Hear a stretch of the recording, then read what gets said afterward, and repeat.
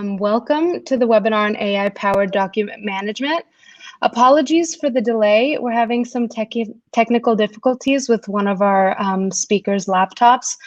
We hope that Philip will be able to join us sometime throughout, but please bear with us. We apologize. Despite the proper testing, sometimes technology does not work out as planned. But we're very happy that you're here. Thank you for joining us. My name is Diane. I do marketing at Visium, who is presenting. Philip just joined. Hopefully things are looking up. All right. So today we're already in the introduction. We hope that we can give you insight on what pained SBB and BKW to turn to AI with their documents. And we'll be hearing from Philip Wenk and Jamshid Farhat about their journey and their pains and problems throughout this journey. At the end, we're also going to hear from Axel Uran from Visium, who will kind of explain how Visium helped and how AI helped solve the problem and where in the journey the other two are.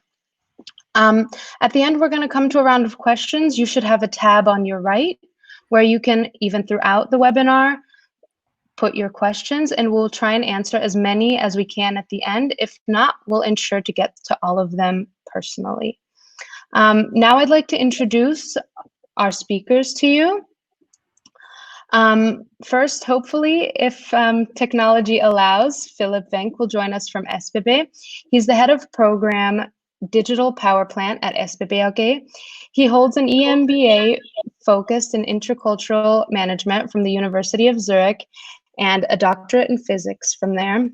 In his own words, he's less of a Sheldon than a Leonard. He has experience in operations management, procurement, business development, and business process improvement, specifically in transportation and energy industry, which makes him the perfect person to talk to us today. Then we'll be hearing from Jamshid Farhat. He is a data scientist and smart grid engineer at BKW AG. He has a master's of engineering from Aalborg University. At BKW, he has been developing innovative digital solutions based on advanced analytics, automation, and AI for a more efficient and reliable electric distribution network. He is the perfect person to speak to us because he has a history of identifying disruptive technologies that could have a positive impact on the future electric system. He's also been a great sparring partner to work out innovative solutions with for Visium. Finally, we'll be hearing from Axel Uran, our very own engagement manager at Visium, who is an experienced AI speaker and AI consultant. He holds a master's in computational neuroscience and neuroengineering from EPFL. He is focused on helping partners and clients leverage the ever-growing potential of AI and ML and identifying new business potentials. We are very much looking forward to bringing AI document management closer to you. Without further ado, I hope maybe we can get Philip to begin. Let's see if it works. Yeah. I'll try, and you give me a sign if you hear me. Can you hear me well, Diane? We can. Thank you very much. Thank you very much. And I apologize for the disturbances, and without doing anything, but I mustn't hear, or I needn't hear anybody speaking as well. So I would like to welcome as well to this webinar. Thank Visium to have the chance to speak about a practical view on the topic. And I've got the message on my screen. Hopefully you hear me still well. I have Visium came to me with two questions, which I really like to answer to give this practical experience we had with classifying documentation by AI powered. And these two questions you'll see on this slide here. first, what specific problem do we want to solve with AI?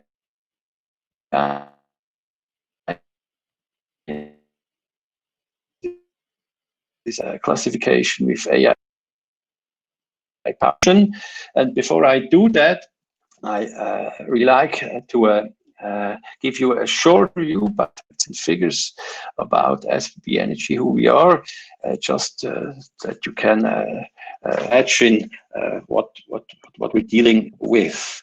And here you see that on the upper left, that SBB Energy is rather a small department within energy with 340 employees, but nevertheless, compared to the 30,000 other employees, SBB Energy has quite important business mission, namely nationwide leadership in providing electricity to the railway grid.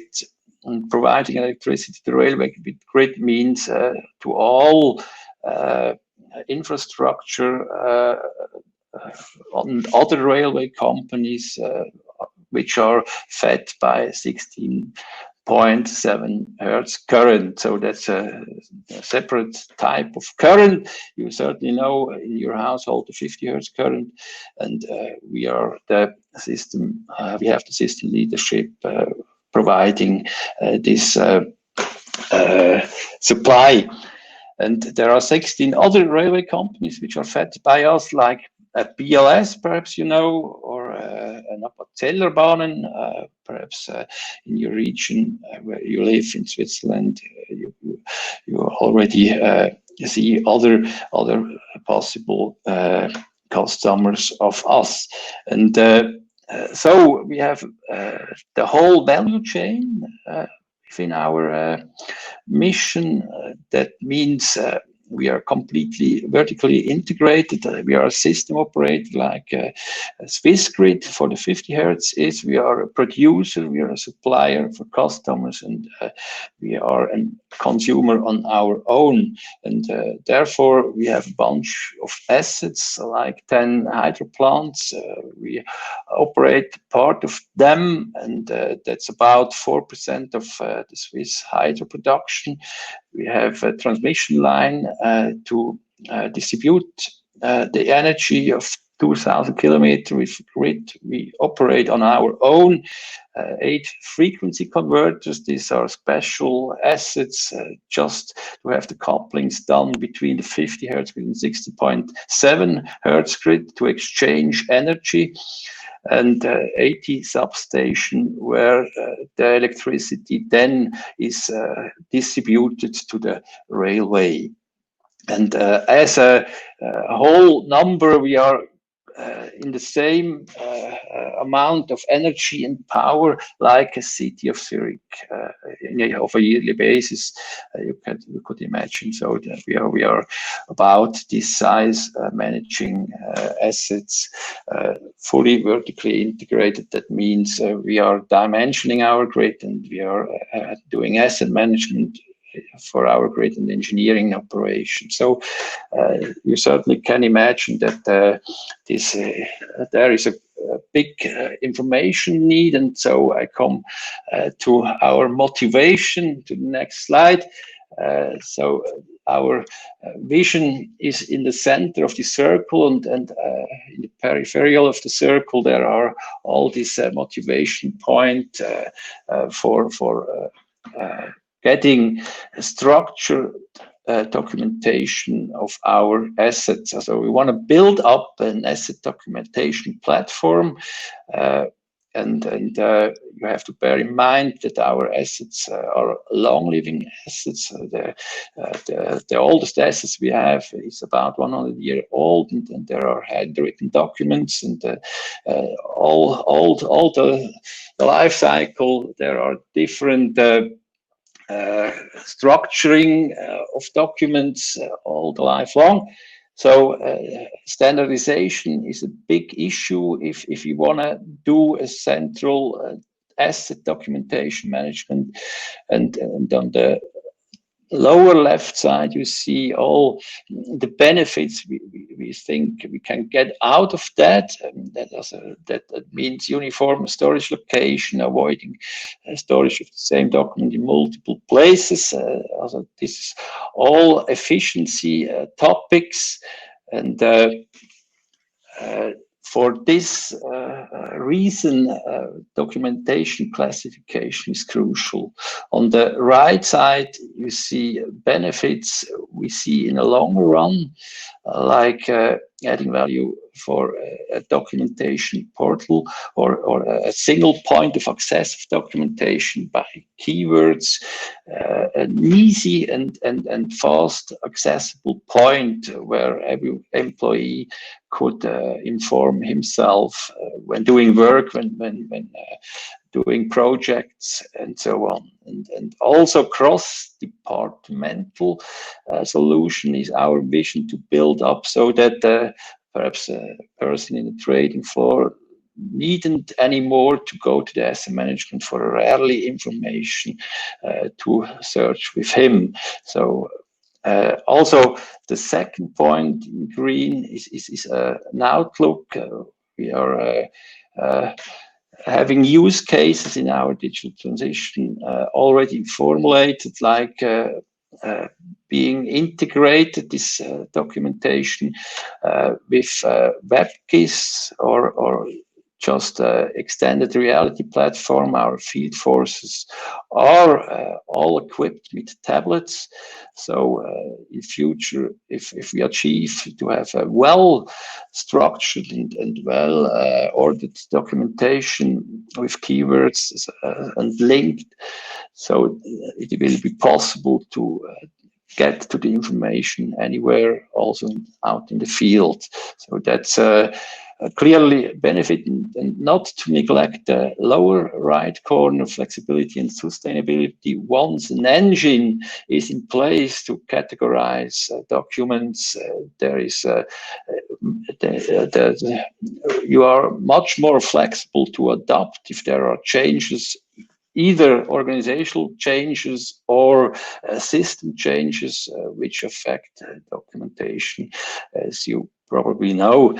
And all these benefits we see in categorizing documentation will be summarized in the lower sentence. Who masters information is able to add value to business better if you want, or faster if you want, or I would say it absolutely is only able to add value to better decisions or getting more efficient in future. So that's our motivation, and so I come to the next slide about how our thought process was going on. And certainly the vast amount of documents one would have to reorganize and categorize just gave us the need to find a solution where not any person has to manually do that. Nobody wants to do that, and certainly these are tens of kilo man hours work that would have to be achieved, and certainly from our knowledge and we already had about AI, and with other use cases we already implemented, we know that this maturity of the technology should give us a good benefit. Once in place, so that's the second point, it should be quickly adaptable, but also if we do not achieve to do that 100% self-driven by an algorithm, possible interactive solution will also benefit. That lowers the risk of spending money in such kind of solution. One has to be aware about. Aside from these time-saving things, I've already mentioned in the first slide, there is possible outlook for other use cases we have already on our list. So I do not want to go into that anymore. But the fourth point is technical maturity, also not only of the technology, but also of the ecosystem, what kind of companies are there. And so that's the progress, that's the work in progress at the moment, which provides solutions here. And last but not least is being enabler, such kind of a solution everybody benefits, as any employee will benefit out of, and if we could set a point, a use case which emotionally affects or affects them at work, can with pleasure doing it more efficient, that will inspire the organization for thinking with new technology in the future.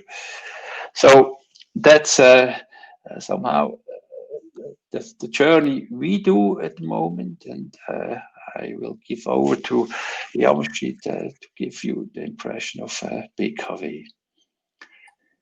Thank you very much, Philip. I hope you can join later for the questions. Please don't forget to write questions if you have any in the questions tab on the right. Now we're ready to hear from Jamshid from BKW. Thank you very much for a really nice introduction and a really nice case. And I would like now to introduce our side from BKW. First of all, I would like to talk to you a bit about BKW, because maybe you don't know even who we are. And we started on the 19th century in Bern, where we start to build the first hydropower plants in Switzerland in order to support or to initialize the industrial revolution in Switzerland.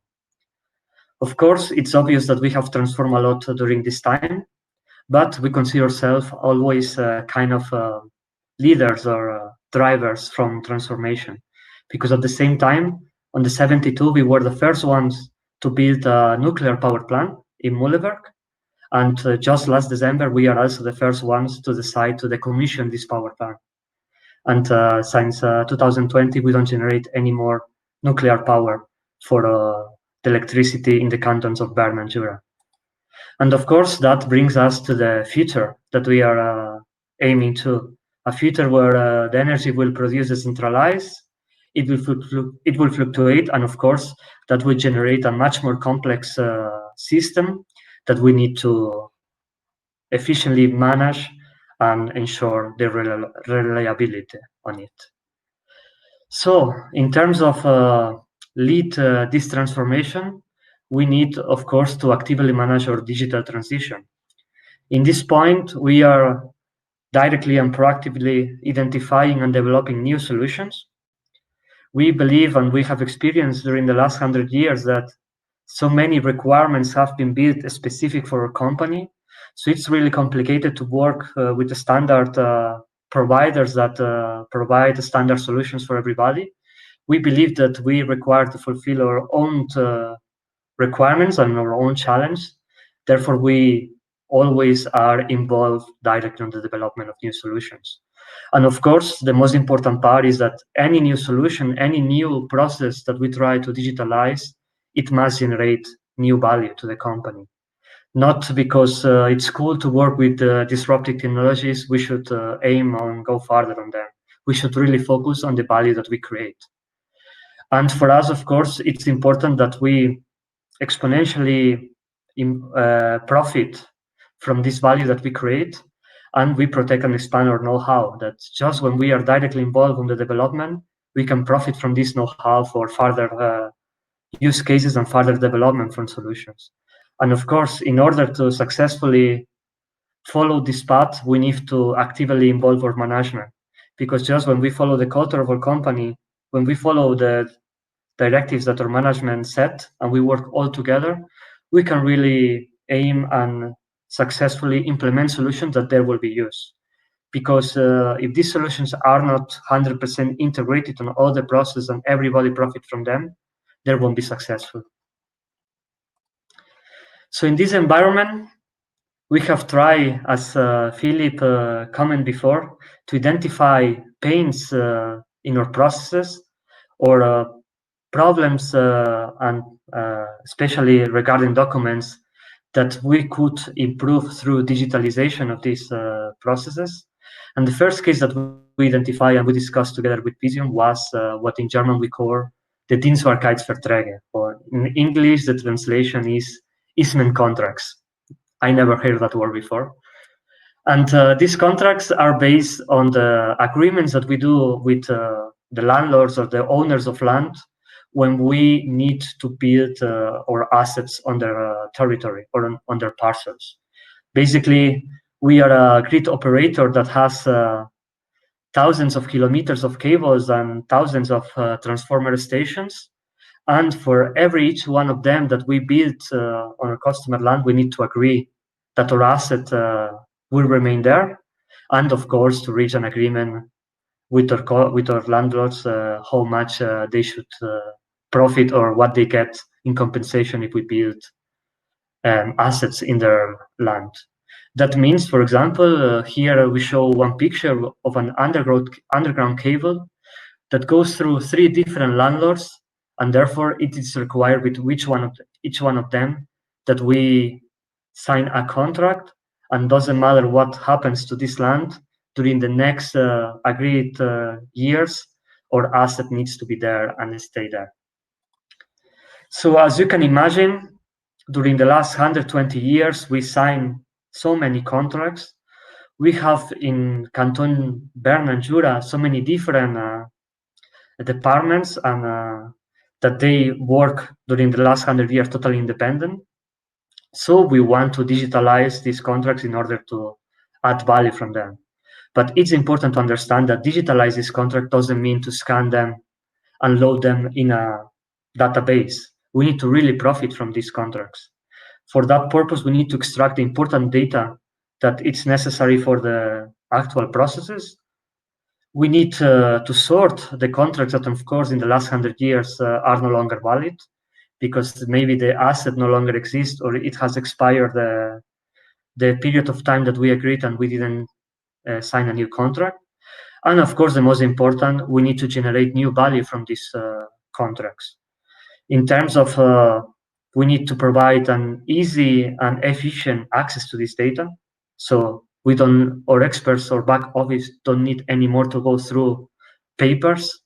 We need to increase the quality of the process that when our experts need to analyze with our customers when they need to get paid back or when a contract is not anymore valid and we need to sign a new one, that we do it that efficiently. And of course, the most important is that we are capable of reducing costs of these processes in order to be more efficient and reliable. So how did we start this process? Before starting with the AI, we start to try the standard conventional solution, that it's none other than manually scan every contract, analyze them in order to extract the required information, and add this information in a structured database. What we have seen is that with the 10% of the contracts that we have been already digitalized, when we escalate and extrapolate what it would cost for the 100% of the contracts, we realize that these numbers are not feasible at all, because that would require more than 5 years of non-plausible work, as Philip previously mentioned, that nobody wants to do. And of course, that would require an investment that is not feasible. It doesn't make sense for this process to invest such amount of time and effort, and of course, resources.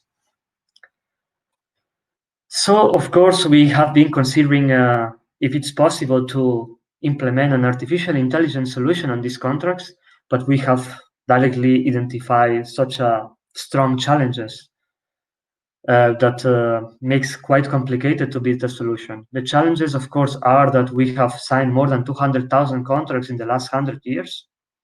We are talking about minimum 2 different languages and more than 100 different contract types, so there's no standardized data. And even some of the contracts are totally handwritten. And when we are talking about handwriting of 1905, it's nothing to do with what we are handwriting today. And of course, some of the data that we need to extract is no longer valid. When municipalities have changed or they have joined together, the addresses, the lot numbers no longer exist, so we cannot anymore directly identify if an asset is still there or not. And of course, within our Power Grid department, we didn't have a strong AI text recognition experience in order to go further on this use case. So I believe in August 2019, we met together with Visium and we discussed this case together. We start with a study, and now we are trying to productive implement a solution that could help us go through this use case with the support of an AI solution. And then I believe now Axel can present more technical details about what we have been doing during the last year.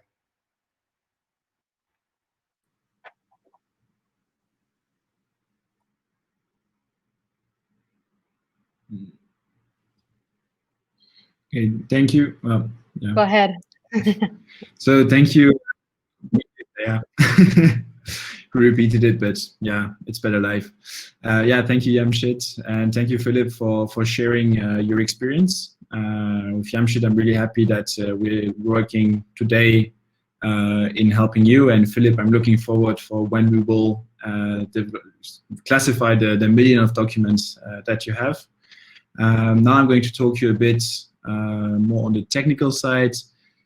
Don't run away, it's not going to be too complicated. I'm going to go over a few concepts, the idea behind our approach, and also why we want to actually use AI in order to manage these documents. So as you have guessed from what Jamshid and Philip have said, there's a lot of labor, a lot of work, a lot of time which is involved whenever you want to classify these documents manually. And the bottleneck usually is the number of documents. The complexity of the type of information that you want to extract is not always super high. If you give it to someone, he may be a human, I mean, he may be able to get information quite easily. But if you tell him that he needs to do this work a few million times or even a few 100,000 times, he's not going to be really happy. And at the same time, he's going to be working on this instead of doing more productive work. And this brings us to the three main benefits of using AI-powered automation. The benefits being an increased accuracy, saving time, so reduction of time lost, and freeing up of capacity in your workforce. So the increase in accuracy, I would say on a specific document type, you can reach the same accuracy as a human. But as a human, you sometimes get tired, maybe you're not super focused on the task at hand, and the accuracy can fluctuate. In the case of a machine, the accuracy is set, and you can then have this accuracy being constant. Then there's time saving. So I like to say that this is time that you do not lose, actually. By actually having this system, which is not limited by the amount of documents, which is simply limited by the complexity of the information that it needs to extract, we're then able to create a system. So it takes some time to create the system at the beginning, but when the system has been set, you simply press enter and it starts classifying. And then you can, and your employees or your colleagues can focus on tasks that are more relevant and are going to also bring more value to the company as them simply classifying the documents.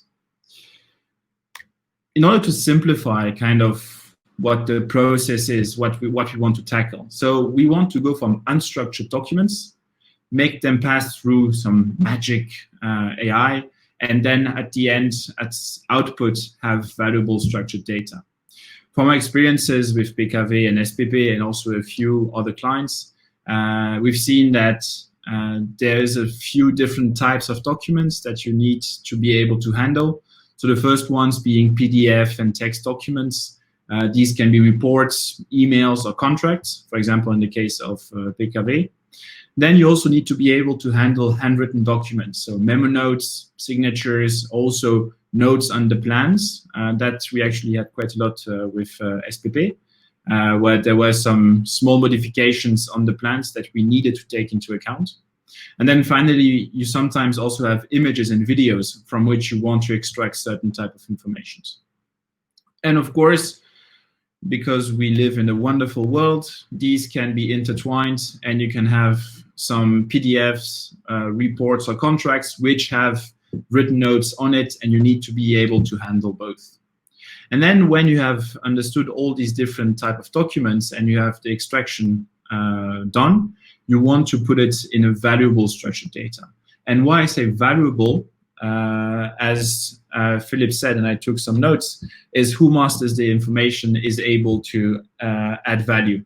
And the moment where you have a few million documents spread out in your organization, there's a lot of value in this, but you're not able to access it. By structuring it and making sure that you're able to access the information right away, you have the value. You can really leverage this value. Now I'm going to focus a bit more on the use case of BKV, because I think it's a really good example to show the different steps in the processing of the documents. So here on the left side, again, you have the unstructured data, and on the right side, you have the structured data. So on the left side, you see that this is a contract between the landlords. Of course, we have anonymized some information so to be sure that we do not disclose any relevant information or information that could be used in this case. And we want to extract specific type of meta information, which are then going to be stored into an internal document management system. So we have seen in a lot of our clients a lot of SAP HANA, but it can be any other type of document management system. This is not the limiting factor. So to give you an example of the type of document, here is a contract maybe a bit bigger. And what you can already see is the red squares actually highlighting the type of information that we want to extract. It would be beautiful if all the documents had those red squares, but unfortunately we added those afterwards for the presentation. But what you can see here, two important points to remember. The first one being that the information is not following a certain pattern. So you have at the top left, for example, ligne première, 16 kilovolts, and then you have deux plagnes, parcelle numéro 561, showing off the bilingual skills. And here you actually see that the information is scattered around the contract, and also at the same time that the information has been handwritten. The meta information that we're looking for is mainly handwritten. And this fact that it's handwritten makes us prefer to go in the direction of using ICR, which is intelligent character recognition. So maybe some of you are familiar with the term of OCR, which is optical character recognition, but there are some limitations. And the limitations are, for example, that optical character recognition are specialized on computer-written documents. In this situation, as we have some information which has been handwritten, we want to have a system which is able to handle those different type of written styles, I would say. And also, we also have the situation where different languages can be applied. So you need an OCR which is a bit stronger, and this is where you have the intelligent character recognition. And we start here from this unstructured data, where you have the contract, and then you go towards the structured data, which is going to be a CSV file, actually, where you have a column where there is the location of the, well, there is the word which has been extracted, also the information about the location of where this word has been found, and finally also the confidence.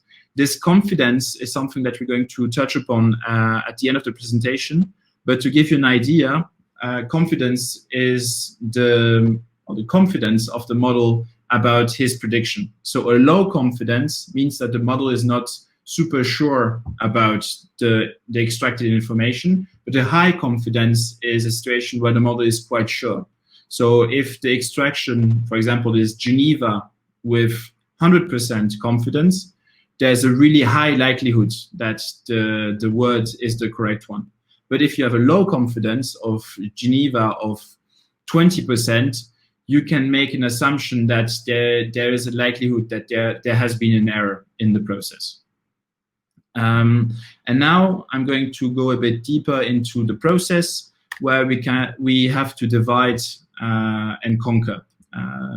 We thought that this would be a good idea we saw through the different projects that we did that we want to put the attention of the model on only the aspects where the model is needed. So we want to be as efficient as possible.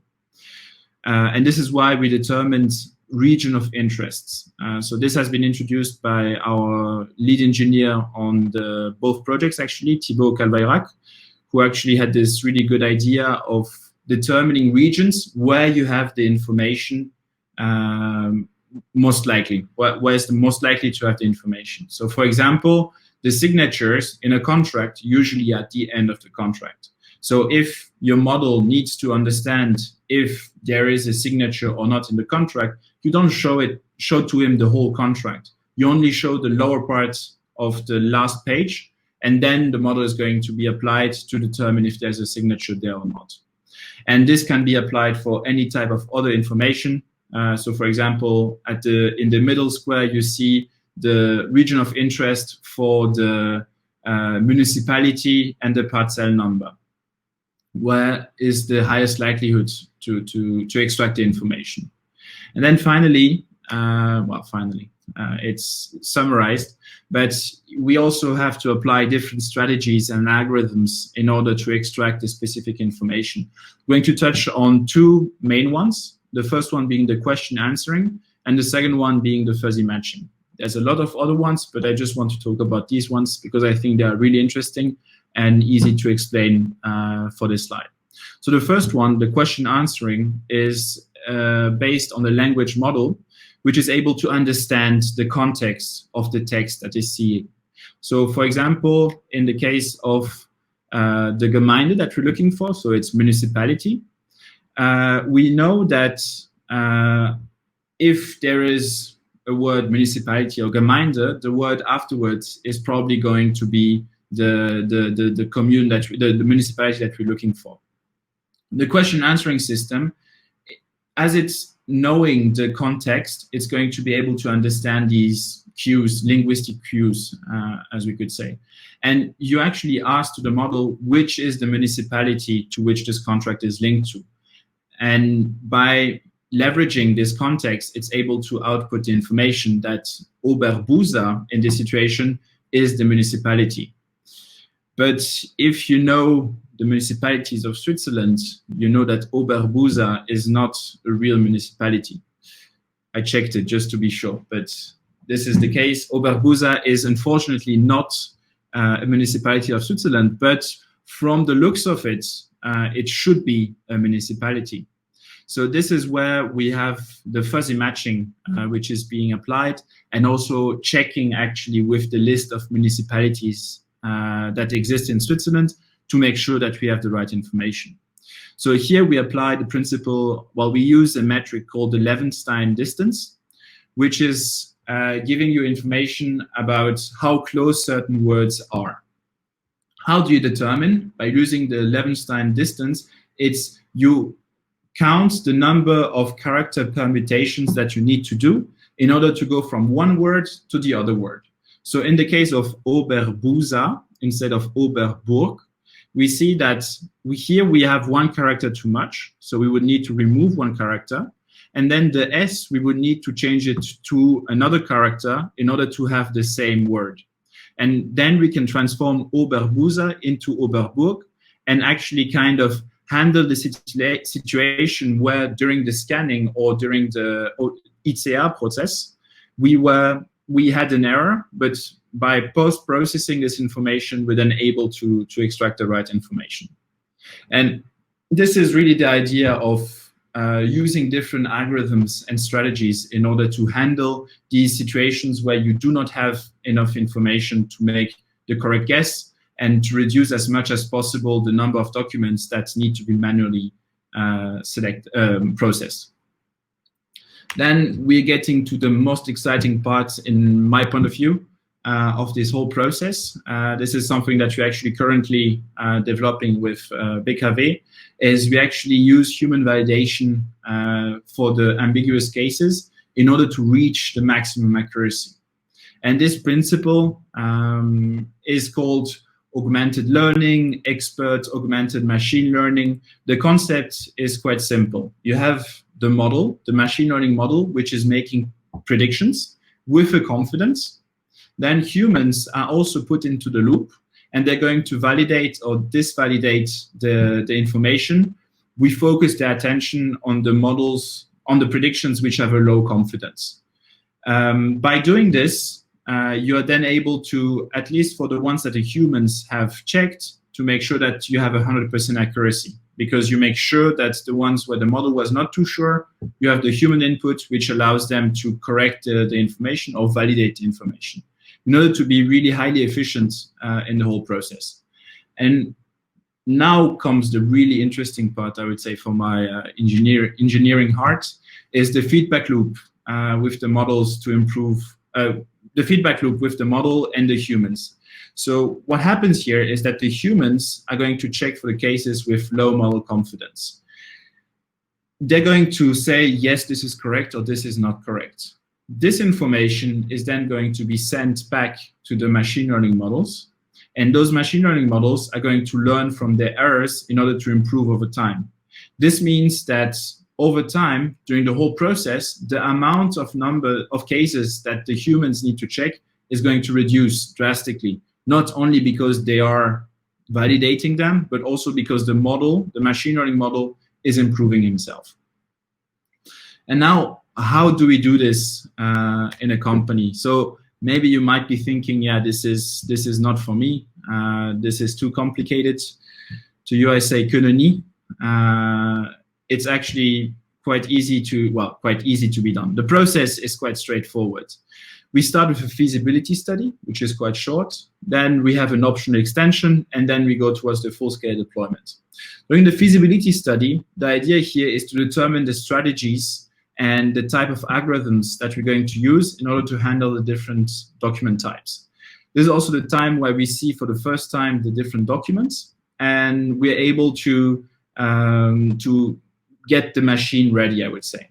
In this situation, we should count around 100 training documents, at least, in order to understand the state of the situation, how we can do this document classification.